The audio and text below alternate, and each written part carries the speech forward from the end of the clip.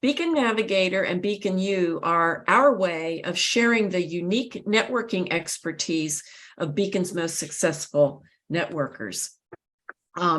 We started research to define what makes us different. We knew we were unique, but we weren't exactly sure what it was.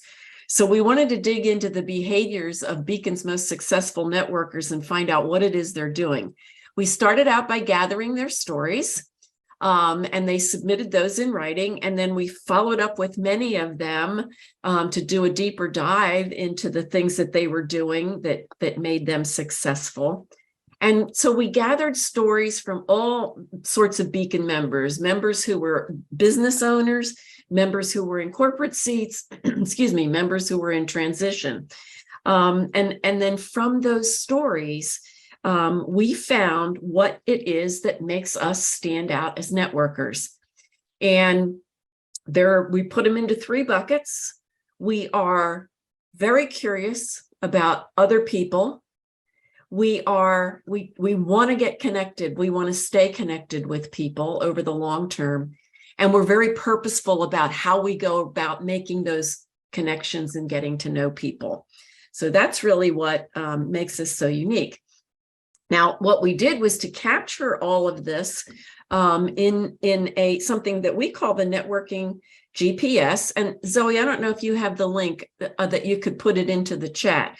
But this is available to all Beacon members, and it defines the 8 skills that are part of what make us unique as networkers, and it cites specific examples of the behaviors that Beacon members demonstrate in applying those skills. So it really is a GPS that you can use to plot your networking route with intention and adapt behaviors to fit your own situation.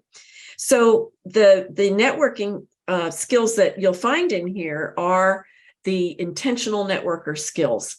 And these are the skills that our Beacon members use to get the most out of their networking efforts. You may never grow to love networking. I'm a lifelong networker, and I've never really liked it. But when you start to meet people, when you kind of get over that initial discomfort and you start to meet people, it's a wonderful thing. So by applying these skills, it will make networking more comfortable for you, and increase the value of your investment in networking, which we call the VOI. So as I said, there are 8 skills in the GPS. Each one is defined and has examples. And this is our 5th Beacon U, where we're focusing on those various different skills. And today we're going to focus on networking with purpose. At some point, I think we've recorded all of them. So at some point, these will be available and you'll be able to go back. I did check, Zoe, and I don't think they're available at this point. But we can make those available on the Resource Center so that you can go back and see all the wonderful things that you've missed. But we're back today, and today's session is all about networking with purpose. And that's a Beacon networking best practice. So I'm going to define the practice and give a few examples that come from the stories of our Beacon members. And then I'm going to hand the reins to Charlie to talk about how you can become a more purposeful networker. So these are 2 of our poster children for networking with purpose, Harris Gubin and Mark Kesty. Harris is a franchise coach, and Mark Kesty is an expert in sales and revenue growth, both of whom own their own businesses, and highly successful businesses, largely to their the way they go about networking, their superior networking abilities. So when these 2 guys network, they are focused on getting the best return on their networking efforts. And that's not to mean that they exclude people or that they're snobs, but they really make an effort to be intentional in their networking. They network with a focus on accomplish a particular outcome, like finding a new customer.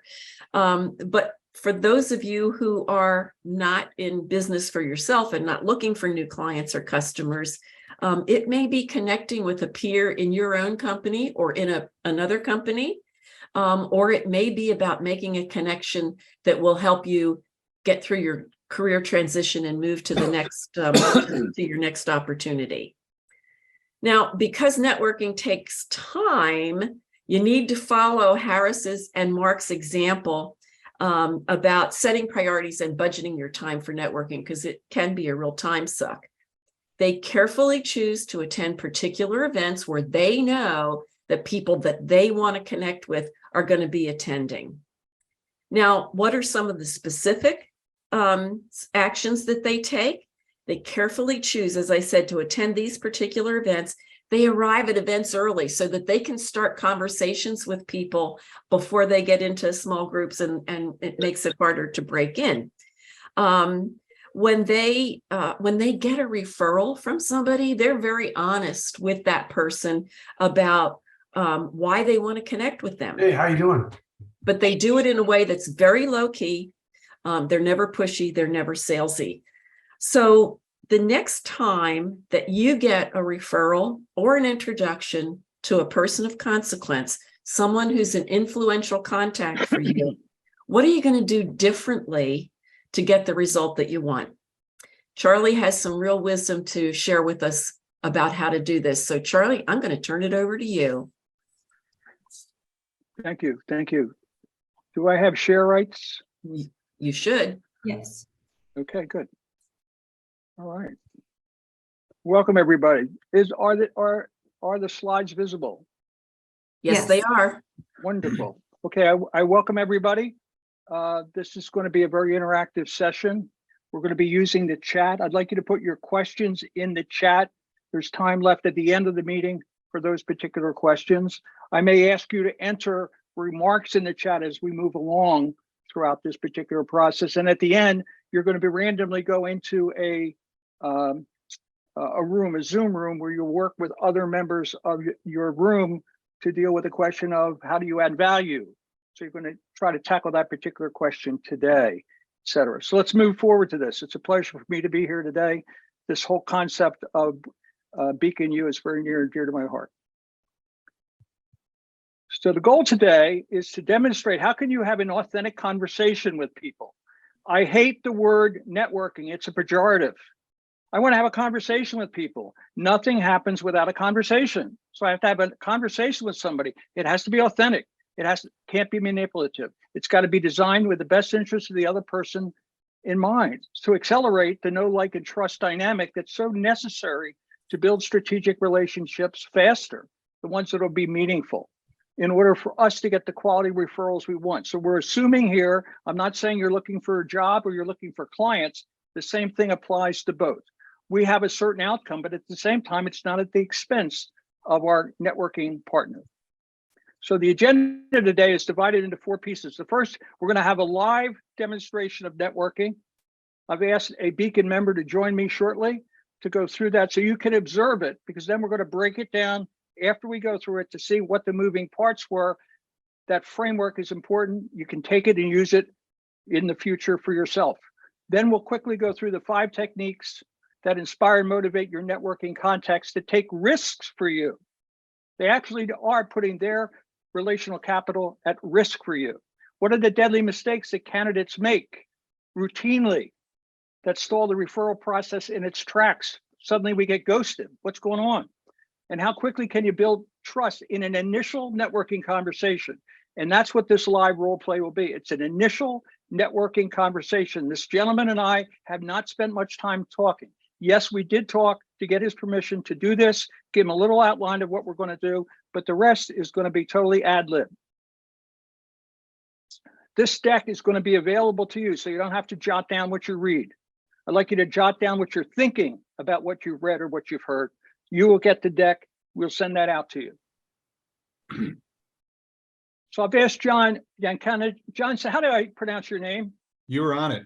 All right. That's it. Good Irish name. Yeah. John and I are going to sit for about 15 or 20 minutes, have a conversation. I'm asking you to sit back, relax, and what do you see, hear, and feel from that conversation? Then we're going to quickly debrief. Now, John's got to leave. He's got a 1 o'clock client meeting where he's getting paid money. So I'm not going to hold him back from getting paid. So we're going to go quickly, do a quick debrief, and then all of us will go through the rest of the presentation. I want to deconstruct our conversation to isolate the important components of the framework that I'm suggesting that you might want to adopt. When we do something, it's like playing golf. You work with a coach helps you set your feet up, align yourself properly, and then you just have to keep practicing and practicing and practicing until it becomes second nature. It's a habit. You can have a couple beers in you, but if you got it down straight, you'll hit the ball straight.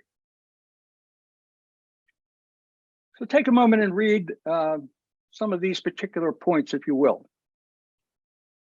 Do any of these apply to you?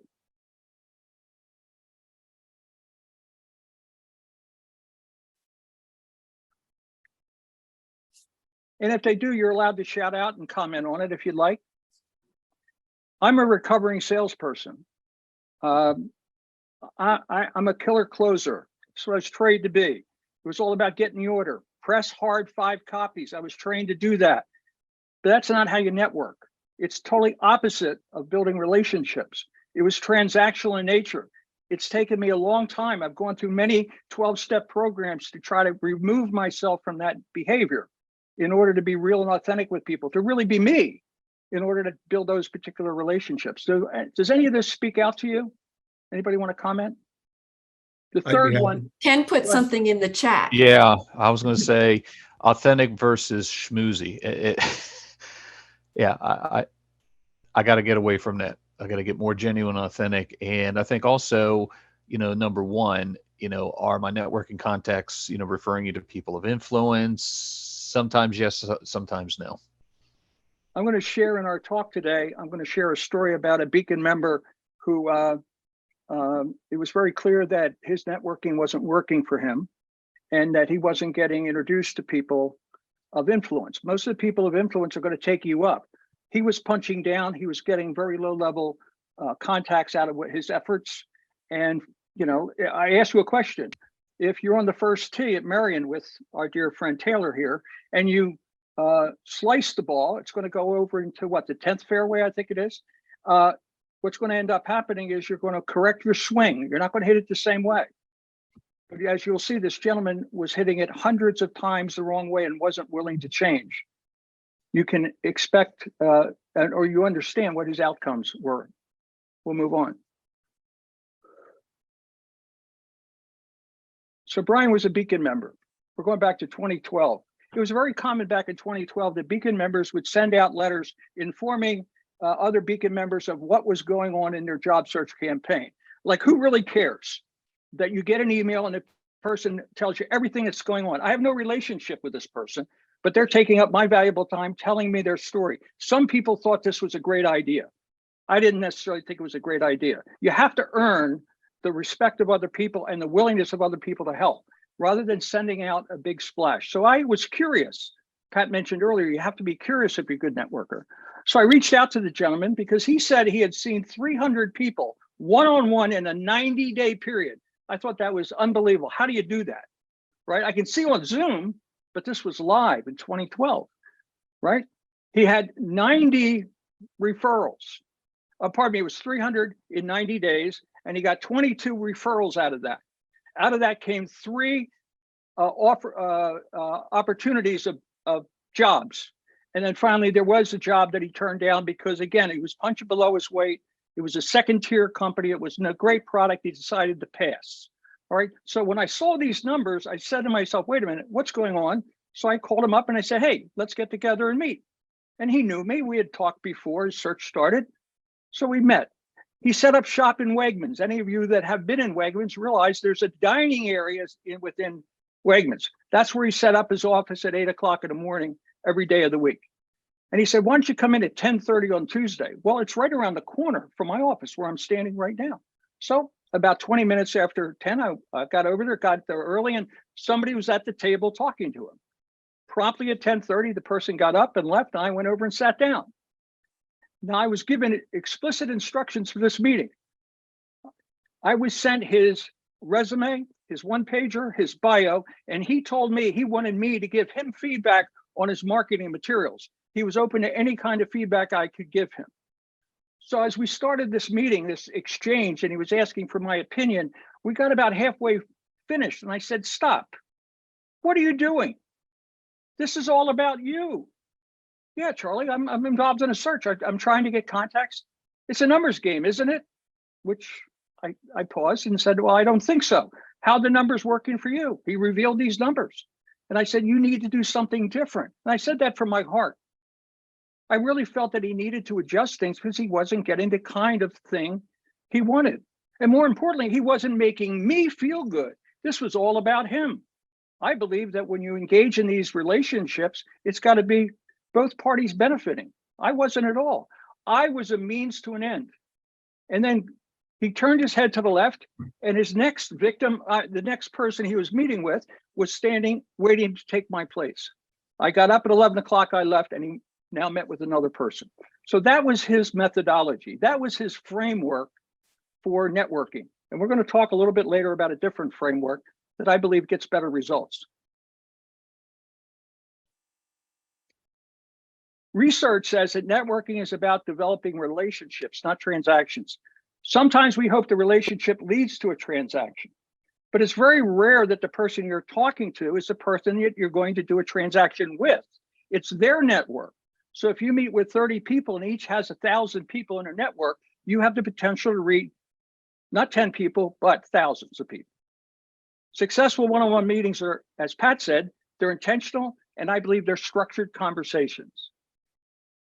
You just can't have it unbound and people running all over the place in a conversation. Nothing gets done. All of you have reached success in your life because you know how to get things done. You know how to execute. You have a plan. You execute against a plan. For most people, networking is amorphous. It doesn't have a structure. It doesn't have things that they can control. It's sort of open season. It's about serving other people, not selling ourselves to people. Because nobody wants to be sold. Think about it. Once you get in a situation where you feel you're being sold, you pull away, you close up, you don't open up, you don't get vulnerable, you get protective, you put your armor on.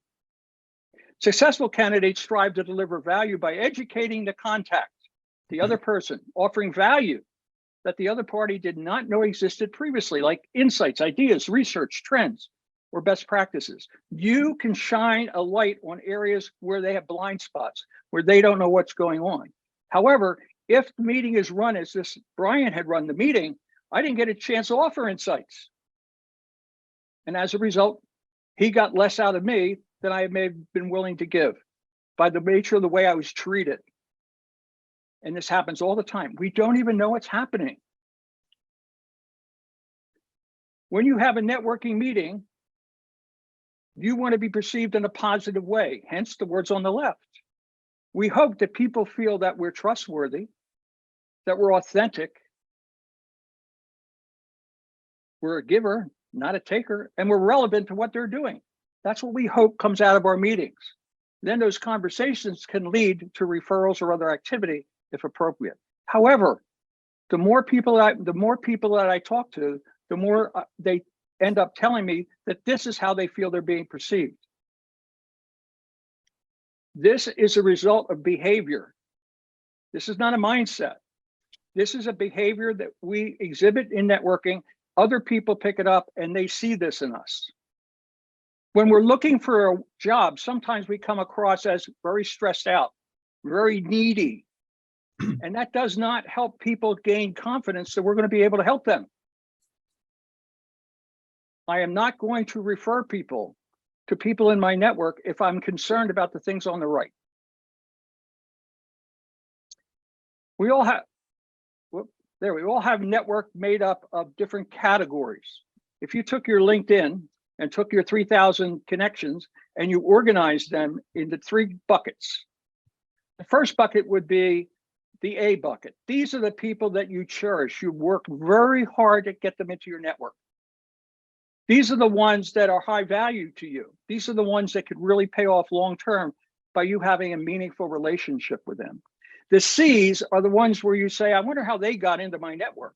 You may have 3,000 people in your LinkedIn network, but maybe there's 1,000 of them. You just don't know how they got in there because you were told to accept every invitation you got at one time. I was on LinkedIn in 2004 when it first started.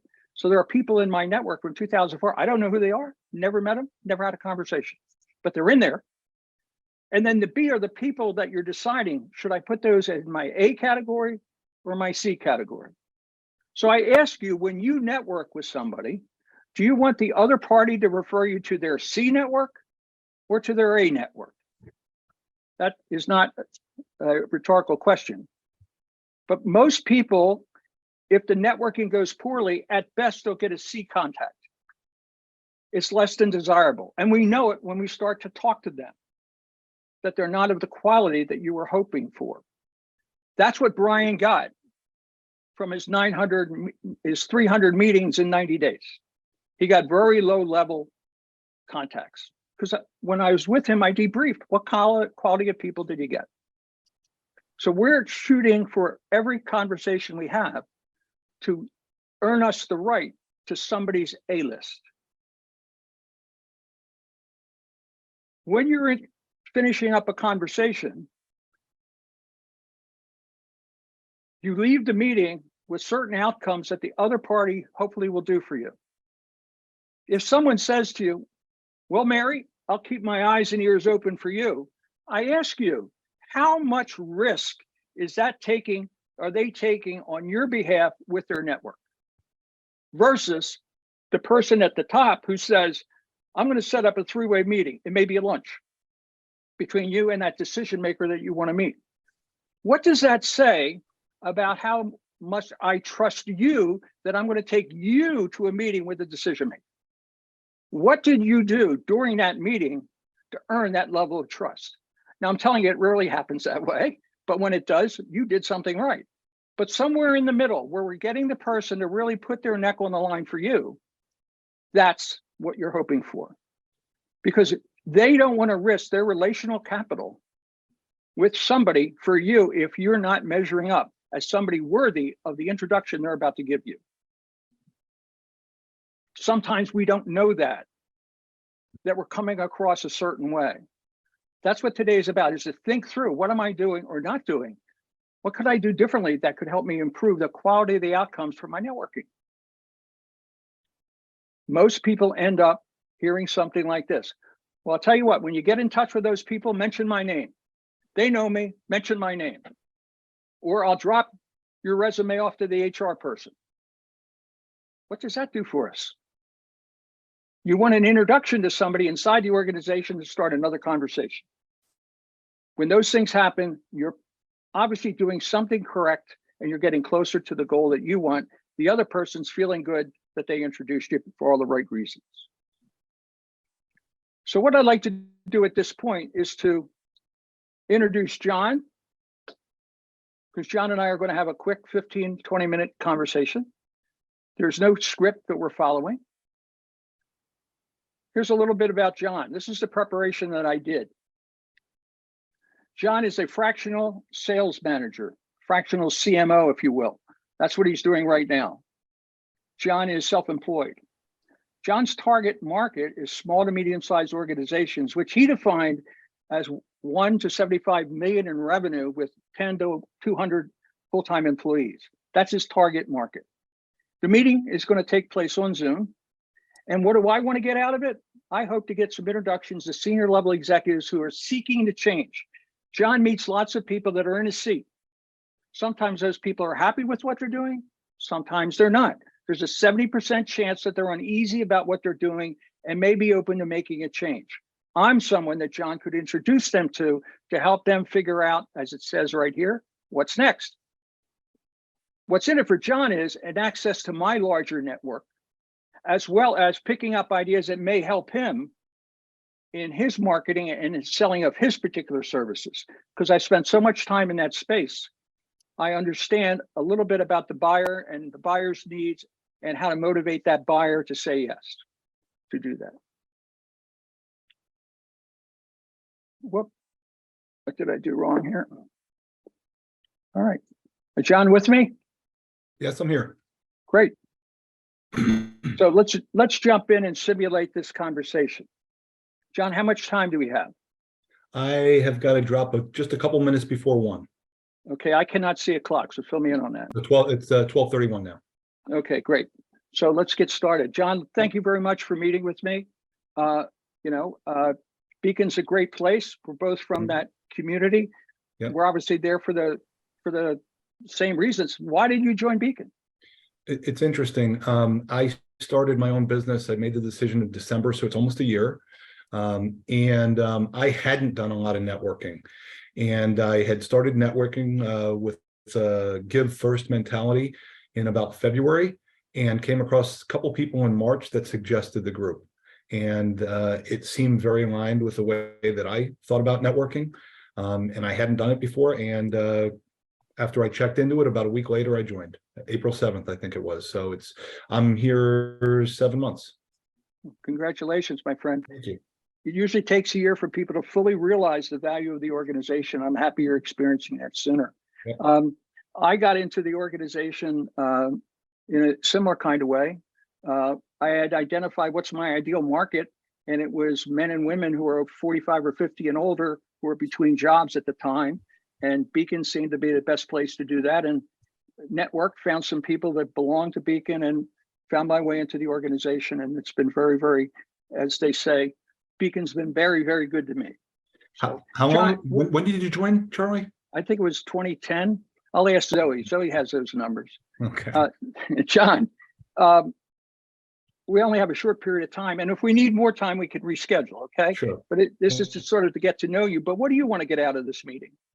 So, I want to get to learn more about you. And as you said, we've only talked very briefly. So I'm interested in the what's next. I think that's a catchy thing. So there's some things that I'm going to want to learn, and specifically how I can help you accomplish what you're trying to do. So that's what I would like to get out of this, and get to know you a little bit. What else? Well, if I'm looking at if I turn it around and look at myself, I'm trying to improve my network, and there's something in it for me. I'm spending some time here, so there's obviously some things that I'm looking to get, and they would be introductions to business owners or other leaders that could help me in my business. And you described those. There may be other groups you may be interested in as well to join. There could be. You have a very vast network, and there's other people that I would probably find valuable in connecting to, just as I may be able to connect you as well.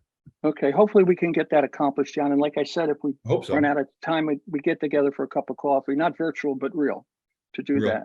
Yeah, what I hope to do is get to know you a little bit better, and at the same time see if I can satisfy some of those requirements. I subscribe to the go-giver philosophy, that my value is in how much I can help you, and that in the long run, that's going to pay off for me. So, and I think we're okay with the amount of time that we have. So very quickly about me, back in January, I was looking back on 2021, and I was saying, how come things weren't working better? How come things weren't converting like they used to? And I realized that I was using language that was causing people to have the wrong picture of what I'm about. See, I was calling myself a human archaeologist. That was really cute. That was really cool. But what the problem with that wasn't the result that I would do for people. What it was a process I used to help people go inside and figure themselves out first before they venture out and start to network with people. So when I went over my notes, a common theme in my notes was this what's next thing. And I said, wait a minute, I like that because it's the results I get people. What do you do, Charlie? I help you figure out what's next. That's an outcome. I thought that really resonated well. And I road tested it, and a lot of people liked it. So I've been running with it, and I'm getting good response to it. So what does that mean? What that means is that the real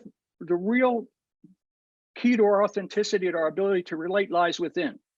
For years, I was trying to be other people, looking for answers on the outside when there was a treasure trove of information inside me. And I needed to get inside and figure out, what did I stand for? What was my why? What were my values? Because that's what people connect on. And once that began to happen for me, everything changed for the positive. And I felt, hey, this could really work for other people. So for the last 10 years or so, I've been focused on that. And it's worked out very, very well with people that I've worked with. They get in touch with who they are, why they are, and that's the connective tissue between them and other people to do that. So thank you for asking. Now, tell me a little bit about why you decided to be your own boss. Yeah, it's interesting. I've known for 30 years, and literally as I took a sales management class in my MBA program in fall semester 92. And I realized I was a good high-level Division I athlete. I was an even better coach. And sales management was very similar to coaching, and I built a career on sales leadership. So I've known for 30 years what I'm best at and what I love the most. But it was when I finally figured out I could work fractionally, meaning part-time, the whole world of small and mid-sized business owners opened up to me. I was in corporate America for so long. And once I realized I could work part-time for business owners, I said, wow, I can really make a difference here. And I've loved it since I made the decision, because I can see the impact I'm having is far greater than anything I ever did in corporate America. So I made the right decision, a year ago, and I'm living my dream out now, and I'm in the right space for myself. I'm doing what I love the most, what I'm best at, but most importantly and new, where I have the greatest impact. And Beacon is a group that has helped me be able to find that. How is that different than what you were doing before in terms of the impact you were having? When I was working in corporate America, I had big responsibilities. I was responsible for big teams. And the most rewarding experience I had was when I could get somebody on my team promoted or help them develop their career. So it was impacting them. But the results I was getting is, I did a good job. But if I did 10% better than somebody else, that's what it was. You're always replaceable in corporate America. And here I'm running up against situations where people have no idea of the things that I can help them with. And so it's going from 0 to 100 instead of, 80 to 90. And that impact is the look on faces I see is so much more rewarding. So I'm getting something out of it, even though I'm giving the insights that I can share from my career. So what I'm hearing is it's more meaningful to you. You're 100% correct, Charlie, that it is meaningful. You capture, that's a good way to say it. But the other thing I'm hearing is when you were in one company, you only impacted one company. Now you're putting yourself in a situation to spread your gospel to multiple companies and so in a way you're magnifying your impact that way. So I was limited to my team and the other executives that I could impact, but now I'm impacting so many more business owners and their teams, because I'm helping impact, through the business owner. It's incredibly rewarding. What other benefits are you getting from operating this way? I have a flexibility in my business that I really enjoy. I've been in sales leadership, so there's always some type of flexibility in that type of career, but I have more so now as my own boss. I'm not held to operate in a certain fashion. Sometimes it was very restrictive in corporate America. Those sales meetings you have with yourself must be very interesting, John. I'm sorry? Those sales meetings you have with yourself must be very, very interesting. You don't have to worry about it. Are you familiar with the book, The Go-Giver? Yes, I am. I was introduced that early on in my networking this year. Yeah. Cool. So one of the things it says is your value depends on how many people you reach and how many people do you benefit. So it seems to me that you're aligned with that particular philosophy. 100%. Able to do that. So what's next for you? Where do you see this thing going long term? Because you're a young guy. What are you, in your late 40s? I'm 55. Okay. You're in your late 40s. Good. Okay. Thank you very much. I appreciate it, Charlie. I saw this as the rest of my career. So this is my, I'm not even close. I don't think I'll ever retire, but if there's a point that I've got to slow down, I just don't take as many clients on. And this is what I have found finally where I really belong. And that is the impact, the meaningfulness that you talked about. So this is going to be my career. I foresee for the next 25, 30 years. So when you're meeting with somebody that doesn't know you, maybe they were introduced to you, maybe Tim Harp introduced you to somebody. Yeah. They're deciding between you and maybe one or two other people. So what's your key differentiator that you share with people? So, I think what I have enjoyed trying to give as much as possible. And I know I've run into some other people that are very giving, but I'm always trying to find out how I can help someone else. So whether that is, and most of it, unfortunately, has been through insight that I've been able to share. Very little of it until more recently has been through some connections that I'm able to make connections for people, because I just had not, it's actually one of the gaps I had not networked like this through my whole career. I was busy in my corporate career and didn't do this type of thing. And, you know, so now that willingness to give, go out of my way, give extra time, give insight is what I'm seeing as when I get the 9s or 10s in your prior slide, it's because I think I have focused on helping as much as I possibly can. Do you have a recent success you could share with us? Yeah, I've had, I work with an exit planner who has introduced me to a client of hers. She's stepped away, she's out of the country now, and she's asked me to come in, and I have expertise on growing sales and building a funnel that can help increase sales. And one of her clients is having that problem and doesn't know how to get there. And so she introduced me to her. And the call that I have at 1 o'clock is the second call with this client. How are we doing on time? We're good. Okay, It's 12:42. good. So what do you see as the challenges that your client's going to be facing over the next 5 years or so? Where are you going to have to help them? So there's basically the things where I can help. I look at building infrastructure for sales teams. You have to have the right strategy and processes. And then the other side of it is, which actually takes even longer to create, is the leadership aspect of it. So even if you create a process, getting adoption is one of the biggest challenges business owners face. And that is implementing a system, process, strategy through people, and then getting them to adopt it and fully embrace it. And so that's what I typically do. I build infrastructure, and then I help them get adoption so that at some point in the future, they don't need me. They can bring somebody else in who has less experience, but can run a working system. So you want to become redundant. I want to make myself redundant. That's exactly right. So where's the resistance? Where's the resistance around the advocacy? Because my sense is they don't jump on it and grab it right away. There's resistance. There's probably a resistance. I think because, especially initially, I probably wasn't describing what I do really, really well. And I know there were, you know, as I debrief my own calls, I know I've missed some things. I might not express that I work fractionally, for instance. So there's things that I'm doing there.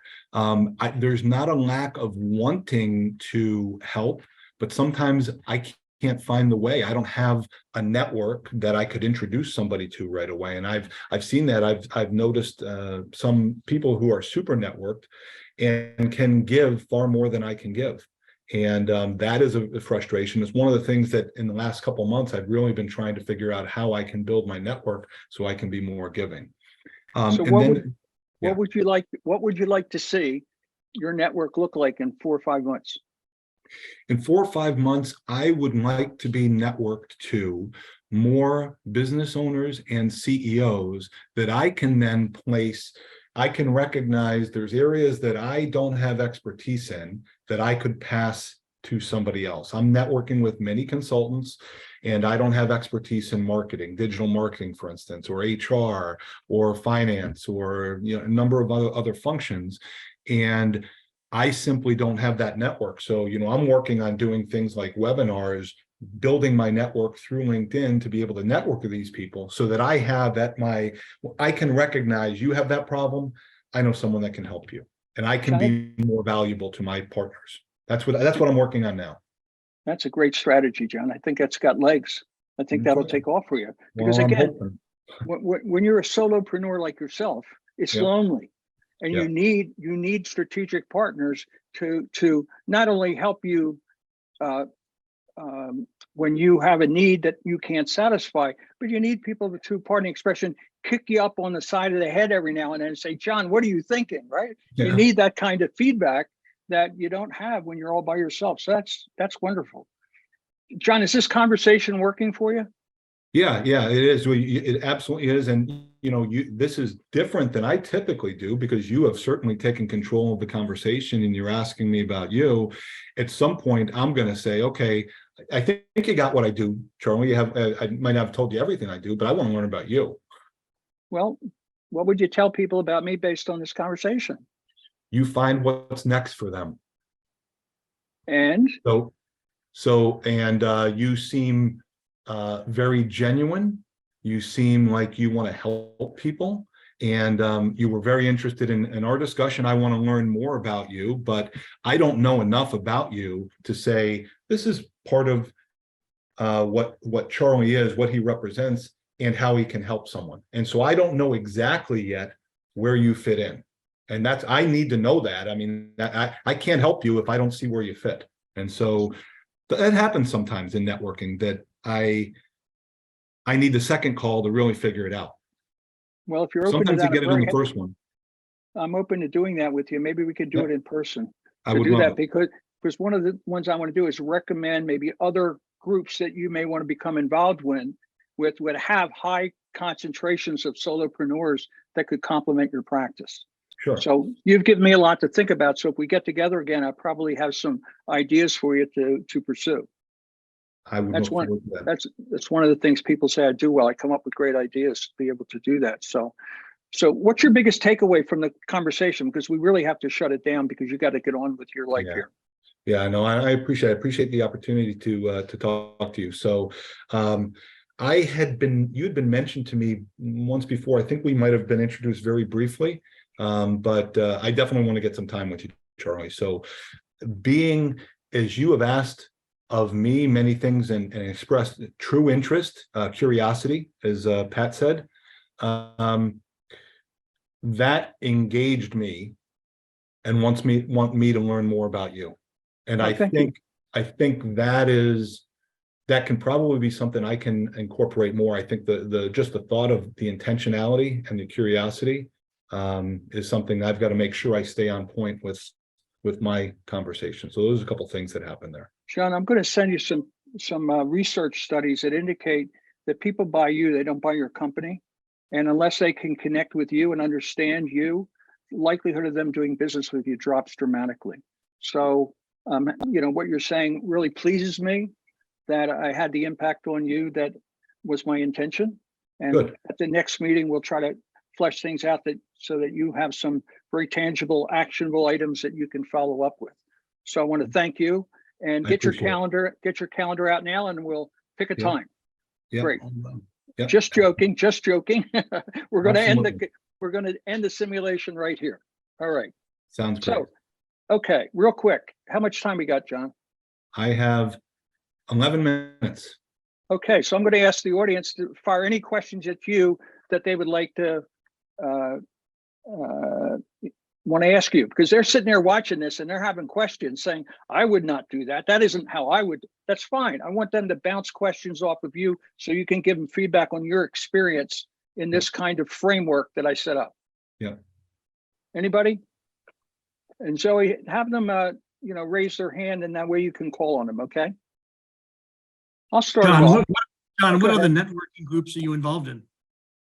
So when I first got started, it was cast as wide a net as possible. So I was just meeting with everyone and anyone. And probably a couple months into that, I realized, okay, you got to start narrowing it down because a lot of them just weren't being as effective. Beacon was the first networking group that I joined. That was a pay group, whatever, and it wasn't until August, that was back in April, August, I joined another group called Provisors. It's new to Philadelphia. It's been around for 35 years in other areas of the country. They just started it up here. And I thought it was a way that I could get to a different group of folks. There are some overlaps, I think, and because some of the Beacon members I know are members of Provisors. But other than that, there have been some calls. I have made some good relationships with some folks in the process, and I just get on those. So there's but I'm focused my efforts on Beacon, and as you know, Taylor, the CEO Roundtable, and trying to help out there. And the other group was Provisors. I just joined recently.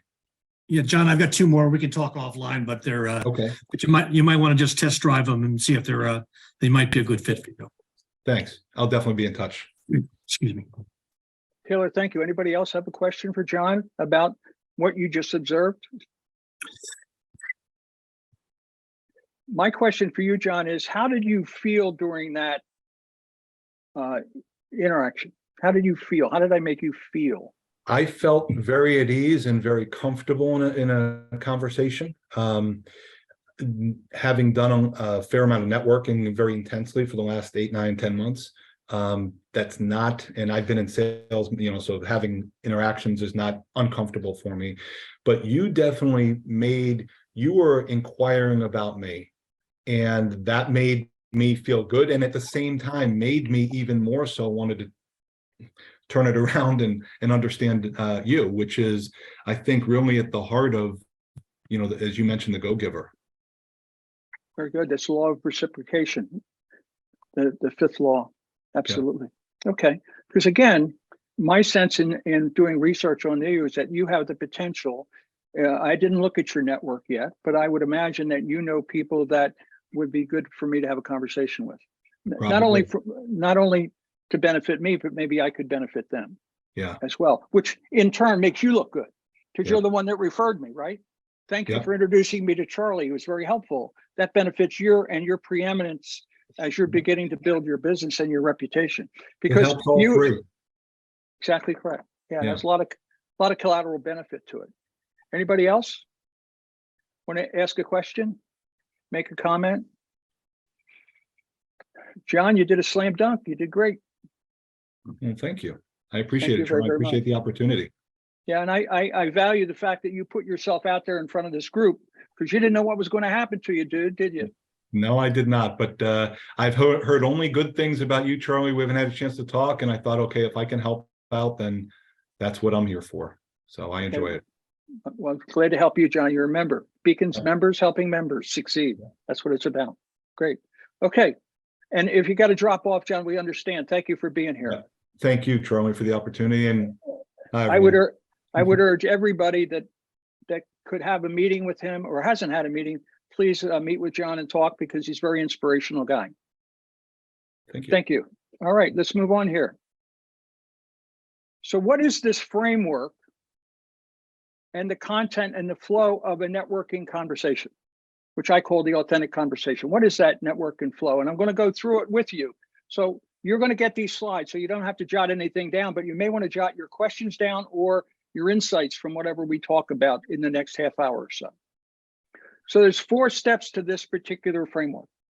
The first is quote. It's what you do at the beginning of the conversation. And when I go back over the steps, you'll be able to see how I did that with John.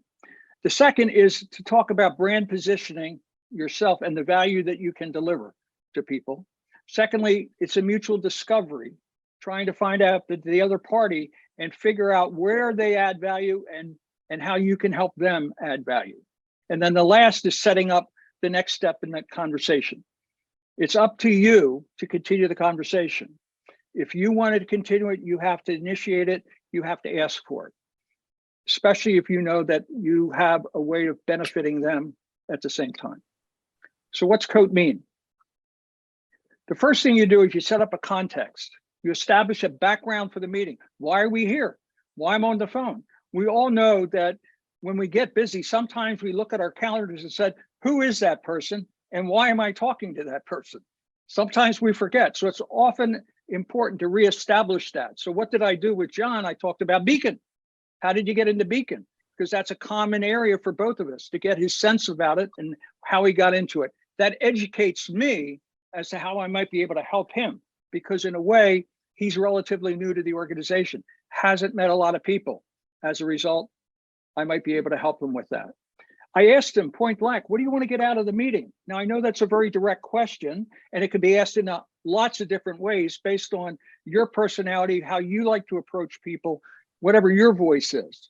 But John's a sales guy. He's been around sales. I know that mentality. So I was very direct with him. And I don't think he was offended at all by it, or he would have said something. Right. So what was his objective for the meeting?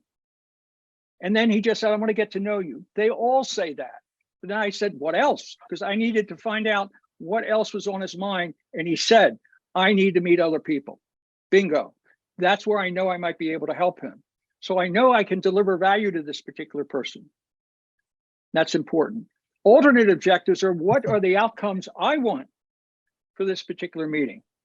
And I said to him, I want to try to satisfy his objectives, but if we need more time, I'm willing to give him more time. Because my sense initially is that this is the kind of guy that should be in my network. This is somebody I should have a relationship with for our mutual benefit. And then I kept qualifying time. Now, if John had said to me, Charlie, something came up, I only have 10 minutes, I would ask to reschedule the meeting immediately, because you can't do anybody a service in 10 minutes. So you need more time. That shows them respect, that you are most interested in them. But if I agreed to 10 minutes, it would be all about me and what I wanted to get out of it. That's not my intention. So I would rather put it off, because even though we have 10 minutes, he's got something in the back of his mind waiting after Charlie. So hurry up, Charlie, finish up. I got something I got to go to. Not the best circumstances for conversation. So that's the code.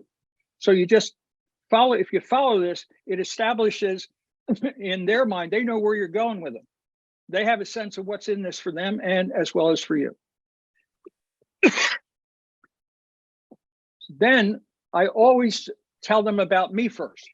The purpose of this meeting is for me to get to know John. So let's get me out of the way as quickly as possible.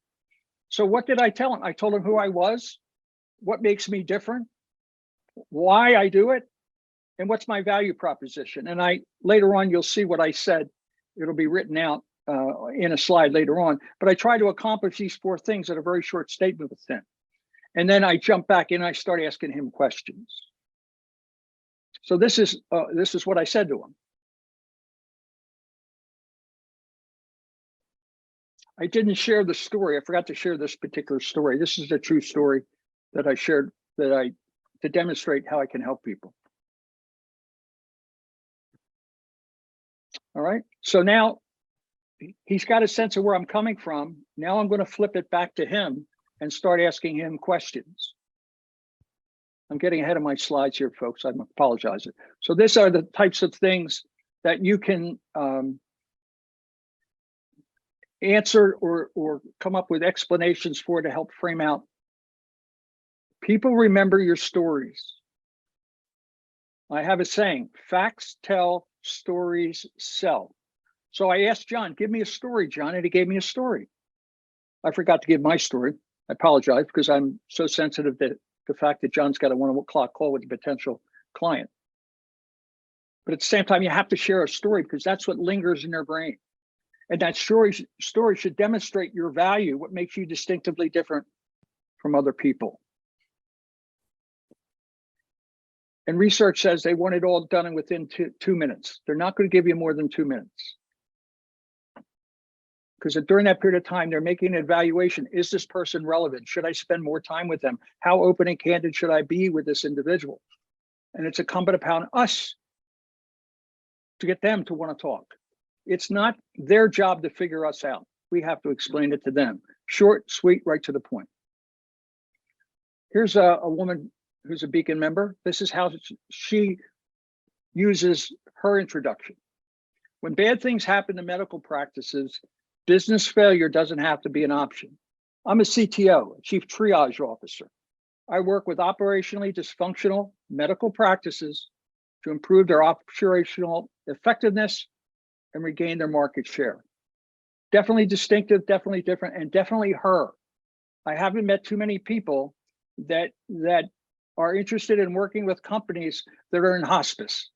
And she gets them out of hospice, gets them back on their feet, gets them being productive, and then she makes sure they never end up in hospice again. That's her purpose, that's her meaning, that's her value. And we came up with this catchy CTO, Chief Triage Officer. It grew out of the conversations that we had. And she used it very, very effectively to distinguish herself from other consultants. Because those of you that are consultants, you know that consultants are a dime a dozen. Anybody that's not working is a consultant or they're a coach. And you have to distinguish yourself. And in those short conversations, you have to do things that grab the audience, grab the listener to get them to understand where you fit. If you don't tell them that story where you fit, guess what? they're going to pigeonhole you where they want to pigeonhole you. And that may be a hard place to come back from. So when she's out networking, she's always interested in talking to people in regional accounting firms. And she likes to call on the business development partner, the partner going out and speaking to medical practice owners or CEOs, because her company specializes in turning around bad medical practices. So what's in it for them? She can provide more value to them to help their clients, as well as offering value to the individual person that she's talking to. We can always make other people better, smarter, more productive. We want to share that. We have to give of ourselves in order to get something in return without expecting it, but we have to have that willingness to give. So what does she want? She wants an introduction to the medical practice CEO, and that business development person probably knows who that person is. Her meetings are on Zoom. And what she wants to get out of is an introduction to those owners of those firms. That's her goal. That's her objective. How she handles those 15 or 20 minutes will determine how many meetings that she'll have up over the next 30 days to talk about how she can help those practices. So again, she's prepared before the Zoom meeting begins. So how does she answer the question, so what? So you're a CTO, so what? What's in it for me? She can help in 3 distinct ways, and this is how she summarizes it. I'll let you read it. Now, when they say, can you tell me more? She has each one of those bullets expanded. And she has more to say about each one of those particular areas. And I'll let you read it as well. Now, again, you don't memorize these things. You don't want to sound formulaic.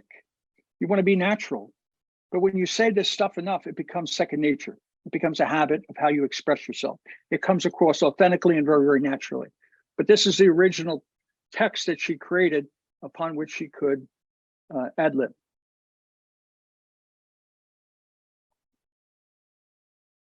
The key to the next section is really being inquisitive, being incredibly curious. What are the questions that you're going to ask the person? You have to have those questions designed well in advance. So the kinds of questions that I asked John are questions I ask of small business people that have their own practice. I want to know about their practice. What's different? Who are the clients? What values do they deliver? What are the challenges their clients are facing? Why do I want to know that? Because the person to whom I'm talking may not be aware of all the challenges their target market is having at the moment. And I can provide, the second item, an insight to the things that I've observed in those markets. One of the things we've done during the pandemic, we joined lots of Zoom groups. We meet lots of people. We get lots of ideas and insights of things and trends that are working out there that I can then bring into the discussion to help that other party. Because what I'm trying to do is elevate their perception of my value to them and to their clients. What assumptions may they be operating under that may or may not be good? If they have some head trash that you realize is incorrect, how do you turn that around in a certain way to enlighten them to the fact that, wait a minute, maybe that's what's getting in their way? They may be committing mistakes and don't even know it. I could point those out to them in a gentle way because I want them to know I can be of help to them, or somebody in my network could be help to them. And then I have to be able to connect the dots in the conversation to get them to understand that the situation as they see it may not necessarily be the situation that they need to encounter. In John's debriefing, he suggested that I did that for him through the questions that I asked to pull things together for him. I added value. John will keep his next appointment with you. He will not ghost me. And that's important. I gave him a reason to want to continue to talk to me because I need something, hopefully, that John can provide. But I got to give to him first. And then finally, what are the next steps? And in the situation with John, it's let's get another meeting. We didn't have enough time to go through some of these other techniques that I suggest people use. But again, it's what did you get out of this, John? I want to make sure that my intention was received well by him. He said he felt I cared for him. That's important, that people have that sense of connection with you. Because if it was all about me, he'd sense he doesn't care about me. It's like me sitting in Wegmans with Brian. It wasn't about me. It was about how I could help him, how he could jump into my network and my connections in order to have a conversation with somebody because he wanted a job. How does that help me? And we have to be conscious of the needs, desires, and wants of the other party at all times. So again, the goal is not to end up punching below our weight and ending up with poor referrals. The goal is not to be there. The goal is to end up at a higher level. So if I was asking John for a referral, the likelihood based on this initial conversation is he would probably look to the higher end of his network as the places to try to connect me. That's what I'd like. I don't want to waste time, because when I'm talking to somebody at the lower end of that hierarchy, chances are I'm not going to be able to help them. I'm not the right person for him. He's going to make a match that he thinks will resonate with the other party. So again, I go back to what should the mindset be for networking? We're trying to get people to advocate for us. When you're out there alone, whether you're looking for a job or looking for a client, it's lonely.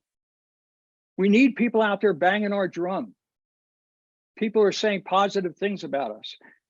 When they're talking to people and people are mentioning some of the difficulties they're having, we want our network to think of us and refer us. We're trying to find out shared values, beliefs, or purpose. I had a networking call this morning where for 20 minutes, all we talked about was soccer. I've never played soccer. I'm crazy about soccer now, but I never did that. This guy's coach teams, travel teams, et cetera, et cetera. He was going crazy. We didn't even get around to what we're talking about, but guess what? He wants to have another meeting with me. And the person that referred me to him says, Charlie, he needs your help. So we've established something without even mentioning what I do. And it's that next meeting will take place here in my office as opposed to on Zoom. You get to communicate your point of view. When people are feeling you care about them, then they're willing to listen to you to share what you do, how you see things. That creates a connective tissue. We all have ideas. All of us are subject matter experts in something we do. And we want people to understand where our thought leadership is around. What is it around, pardon me? And how can we best serve the other party?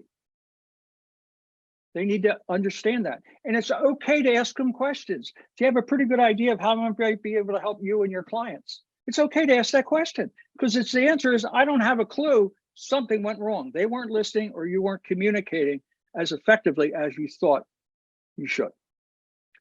How can he or she best serve you? Because again, you're helping them. You want to know how they can help you, because they may say to you, well, Charlie, how can I help you? You need to know that beforehand. If you know what their target market is, where they're going, who they're looking to talk to, chances are some of those people they could refer to you from those companies. So they have to know, and you have to educate them on how to serve you. So what happens when you enable others to talk and share themselves? As I try to get Jonathan, I acquire knowledge that I may not have had before. He really educated us on what his version of a fractional sales manager is. We come up with other ways to approach his problem or my problem when you have those kind of conversations. But you have to feel comfortable with the person, because you're going to risk sharing certain things. We hear it all the time. We need to be vulnerable. Well, you're not going to be vulnerable if you have funny feelings about the other party and you don't trust them enough to share those types of things with them. I want to come up with different ways of thinking. The way I think may not be the right way of thinking in this situation. They can educate me.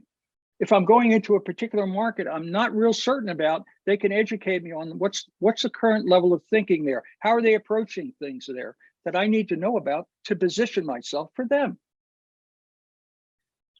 And more importantly, I know how to connect the dots to discover what's in it for them, and more importantly, what's in it for me as we go. If I'm missing that information, it's going to be hard for me to make something happen. I need that information. But if I'm direct with them and I don't get them to realize that I care about them, naturally care about them, I'm not going to get that information. And I get an opportunity to share the value add that I can bring to the table, because I need those people advocating for me. So here's where we're going to jump into Zoom rooms. I'd like you to figure out what are the 3 pillars of your value proposition. You hear this all the time.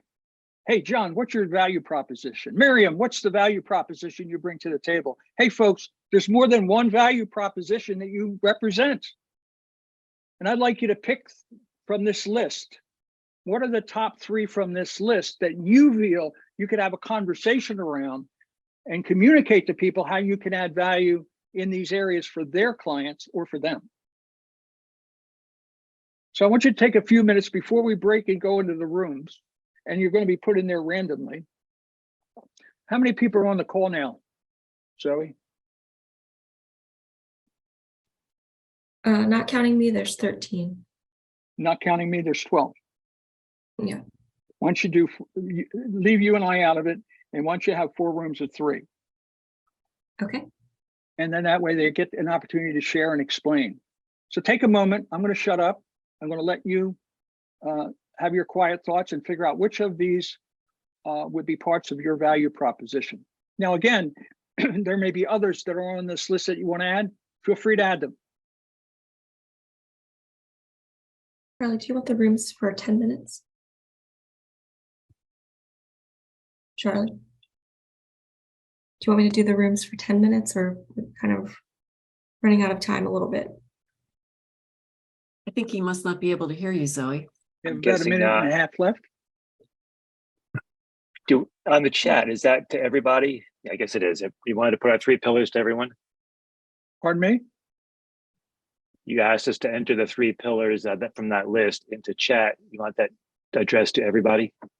Sure, why not? Thank you. We do that. Thank you, Bob. And we'll go to the breakout rooms in about a minute. Charlie, we're running. Can you hear me? Yes. Okay. So we're running a little short on time. How long do you want to keep people in the breakout rooms? You're very kind. Thank you. Mm-hmm. The 3 that I had, and I didn't focus specifically on them, but it was people, if I can find myself, people, productivity, and execution. So I did not specifically address those.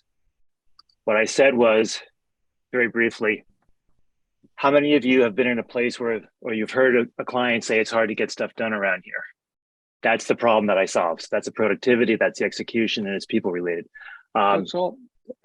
And then I talked a little bit about, here's what I do, what sets me apart, and then the value, the reason I do it.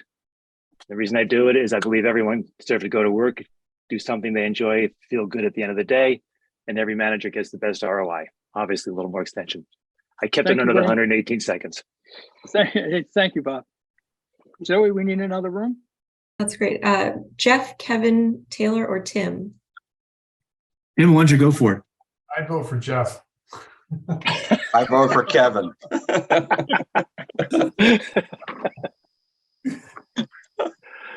All right, Jeff, you're on. All right. Well, I actually chose strategy and process, and that seemed to be somewhat of a common theme, although Kevin had a slightly different approach. But I basically solve problems that other people can't solve, and the reason that they can't solve them is usually that they don't go back to first principles, and they make certain assumptions that aren't necessary in structuring the problem, so they can't make it solvable. And once you understand the strategy of what they're really trying to accomplish, it opens up possibilities to restructure problems so that you can then find solutions to them. And those can be technical, they can be operational. All different sorts of problems lend themselves to that type of analysis. Thank you, Jeff. Thank you very much. Zoe? And the last room was Bruce, Derek, James, and Pat. This is the interactive part. Right. So this is Jim. I picked Bruce, because I thought that his role is one that is, I think, very needed in many businesses today, given supply chain issues and getting vendors to perform. So Bruce, will you give your value prop? What? Will you give your value proposition then? Jim just nominated you to do it, so I think. Okay, now it's focusing on working with your vendors as partners versus the enemy, and working together to lower costs and improve the supply chain. And you know, give a couple of examples of how that can be done, and turning price increases into cost decreases. Yeah, so it's all about working together, not as quote unquote the enemy, as a vendor and company. I want to thank all of you for taking the time to give thought to that, a very, very important question, because that's at the core of what you're about, the value that you can deliver for others. Because if you're networking with somebody, they need to know that, because people are going to say, why do you want me to meet with Taylor? And if Taylor has synthesized his value down to a couple sentences that other people can repeat, likelihood is Taylor's going to have more high visibility meetings than another person would. So I want to thank you all for doing that. On the screen is the original agenda. We spent most of our time on the very, very first bullet. The answers to the second, third, and fourth bullet are in the slide deck, which you're going to get. And you can read them. And if you want to discuss them with me, I'm very happy to offer you an opportunity to sit and talk to me for 30 minutes and try to get some answers to your questions about this whole topic. Because again, it's important. So very briefly, before we go, any shout outs from anybody that they want to share with the group? Beacon is the premier executive networking organization serving the Mid-Atlantic region. To learn more, go to beaconforlife.org.